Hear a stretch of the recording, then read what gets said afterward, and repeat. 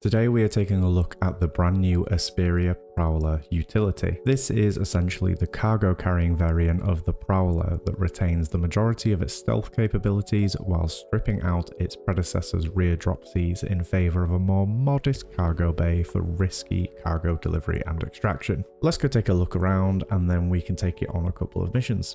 I'll be honest, when I first saw the ship and its cargo capacity as well as the price of the Prowler Utility, my first thought was, what's the point? And in many ways my mind has remained unchanged with that. While I love the look of the ship and its attention to detail, it still feels a little bit lost amongst the cheaper ships that do a better job.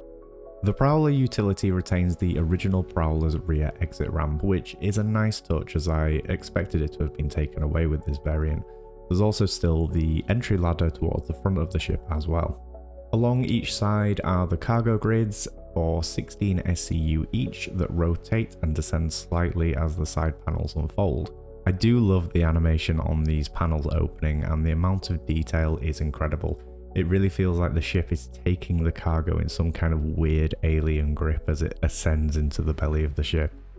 As we move forward to enter the front section, which is home to the co-pilot seat, a relatively small weapons rack and 5 drop seats for transporting crew. Thankfully they do seem to have fixed the arm animations on these seats finally. No more looking like you are riding in a roller coaster with your arms up anymore. Right next to those jump seats is the front entry ladder out onto the surface or into EVA.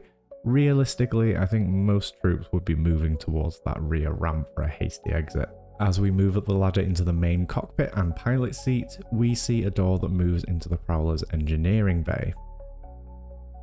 There is also component access in this main cockpit section as well, so this creates a real sense of separation between ship operation and crew. One of my favourite things about the Prowler has always been its view from that cockpit. The view out of this is almost perfect with very little obstructions. What makes it even cooler is the fact that it is all done essentially via screens which can be turned off from the cockpit too at the touch of a button. Now none of this is new, but if you haven't seen the Prowler in action before, I thought it was worth mentioning. And there's a closer view of that animation for you as the cargo is brought up into the ship there. Let's take a look and see what you can expect from the ship. As standard, the Prowler Utility comes with 2 size 4 laser cannons for the pilot. The pilot also has control over the remote turret on the top when there is no co-pilot in their seat. This gives access to an extra dual size 3 ballistic cannon for a total of 1602 DPS in the current PTU patch. The cargo area holds a total of 32 SCU of cargo on those 2 separate grids, and the quantum fuel capacity is 2.25. Let's take the Prowler Utility out and see how it performs in a basic haul. Right, let's just pull ourselves up a really basic contract. Being the PTU, I don't have a lot here to work with, but this should give us a feel of what its cargo hauling ability is. Drag these boxes up, and I'm hoping the loading should be relatively simple from the Prowler with that inbuilt tractor beam, but I guess we will see.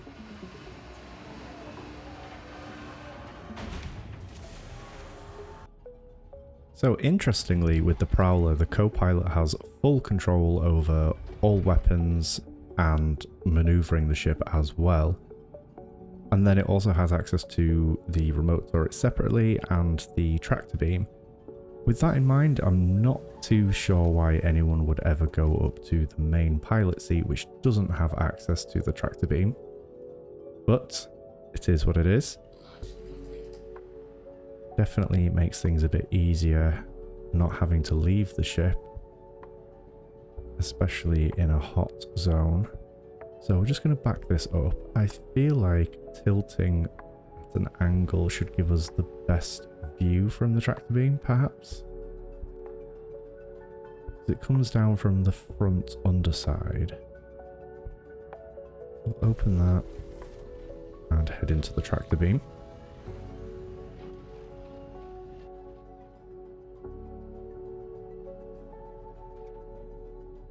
Okay. Come on.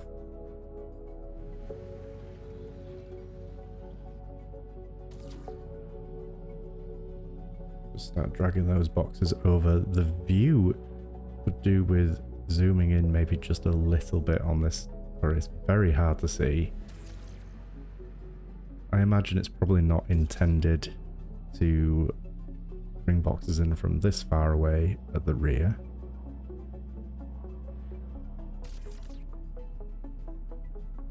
But if it wasn't for those markers, I would be struggling to see those right now. So each one of these carries 16 SCU on each side. Yeah, you can see we can double stack them there.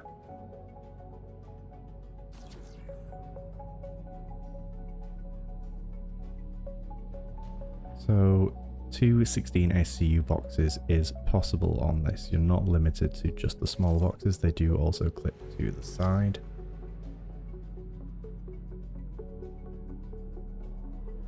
Definitely looking forward to seeing what the view is of these boxes inside the ship once we bring them up. Can we triple stack? No, we can't. Okay. So we've got all those. We will go back and close them manually so we can see them get brought up into the ship.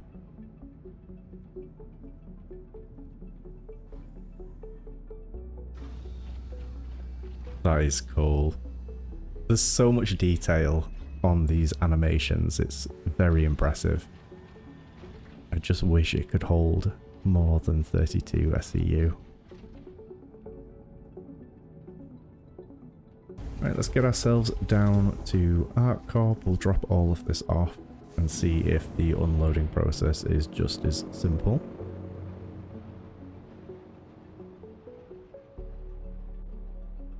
It's looking so much prettier in this update. I'm really excited for this to drop.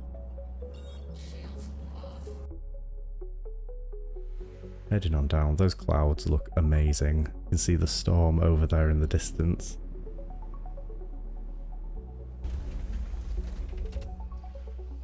So we'll come in and land, we'll go with a similar technique, backing up to the freight elevator and tilting it at just a bit of a slight angle.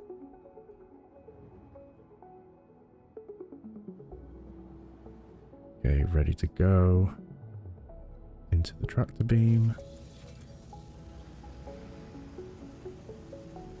And we'll open those panels now, drop the cargo down. I don't think that animation will ever get old.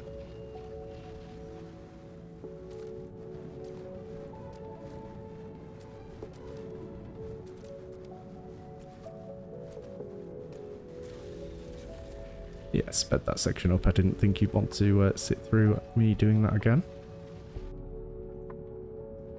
Right, all that's left is to send the cargo down and we are done. Relatively quick and simple with the Prowler, I won't lie. It's just that capacity is just too low. All good. So yeah, nice, speedy, easy to load, easier than a lot of other ships.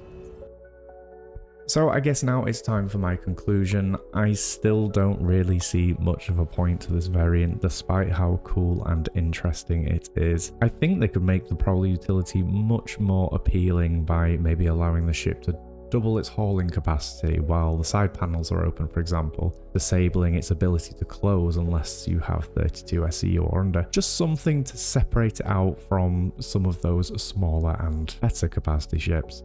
So what are the possible use cases for the Prowler utility as I see it? The obvious one is just light cargo hauling, but you would have to be extremely obsessed with the ship design to choose this ship over many others at this price point. With its stealthier signature and heavier armor, the ship would be great for extracting valuable cargo from ground missions and whisking them away undetected.